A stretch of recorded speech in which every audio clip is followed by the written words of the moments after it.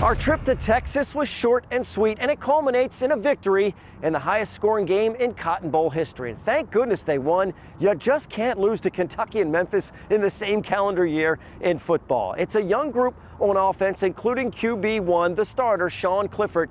All that experience on defense keeps things stabilized until that O found its rhythm. They say goodbye to some valuable guys, including Camp Hill's Michael Schuster. Clifford said he's really going to miss having number 15 in the quarterback room. Coach Franklin, well, he's plenty of reason to be upbeat and positive, and his new offensive coordinator, Louis Berry's Kirk Shiraka, was in Texas to watch his new unit. He has to like what he sees as they put up 53 points against Memphis. Sophomore running back Journey Brown is returning. Brown took over the featured role in the second half of the year and showed tremendous progress in traffic. Speaking of physicality, did you see tight end Pat Freiermuth go full out Gronk on this poor guy? Just tosses him out of his way with disrespect. Freiermuth quickly dismissed the notion he was leaving for the pros. He's back for another year of this. The secondary, it's a problem, but ball-hawking freshman Marquise Wilson is a bright spot. He has a nose for the ball, and his interception helps lock down the Cotton Bowl. Another New Year's Six win raises expectations for 2020. It's hard not to look and look toward the future. Obviously, just enjoying this time with all these guys. These are the things that I dream about when I was a kid, playing in bowls like this. Winning a bowl game is always a good catapult in next year. If we focus on the task at hand, on the off season, working on our crafts, and everybody just taking that next step and getting better, and we can achieve amazing things. That's for a lot of teams, but for us personally, I feel like we can take that next step and be in the conversation next year. Brown got a chance to show off his state championship speed against Memphis. We showed you Coach Franklin hugging Harrisburg's Micah Parsons. I intentionally left him out because he deserves some individual attention from Alex. He shows us how his performance stood out and tells us how his relationships with his teammates is motivating him and the entire squad. As great as a Cotton Bowl win is, it is now in the past for the Nittany Lions, and it is a bright future.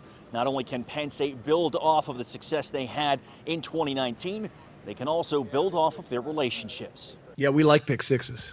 Yeah, they're good. They're good.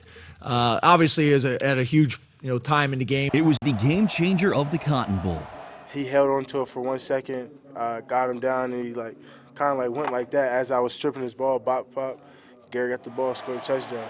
Had him wrapped up. He made a bad decision. I was adding on, so I was close to the play. He put the ball up in the air.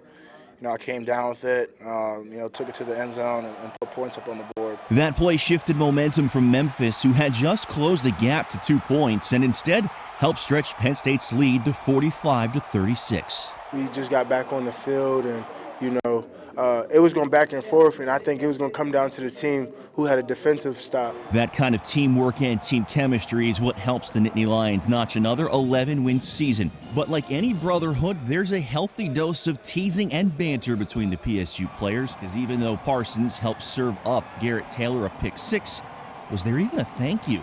No, they don't appreciate it, you know what I mean? They don't appreciate it.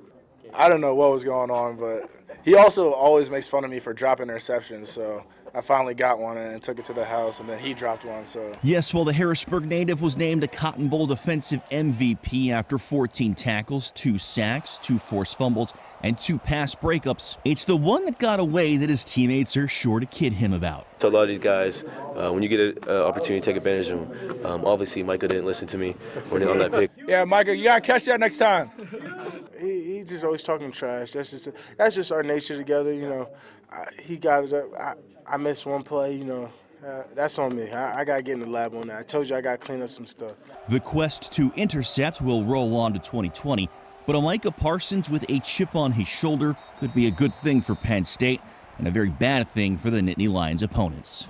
I got to work on my breaks more. I was breaking on the ball pretty well, but I need to get one of those. I need to finish one of them. Thanks, Alex. I think it would have been the football equivalent of hitting for the cycle if he got that interception. So now the Nittany Lions go back to work in the weight room and continue their push for a Big Ten championship and a berth in the college football playoffs. With the Nittany Lions in Dallas, Texas, for the Sunday Sports Frenzy, I'm Todd Sadowski.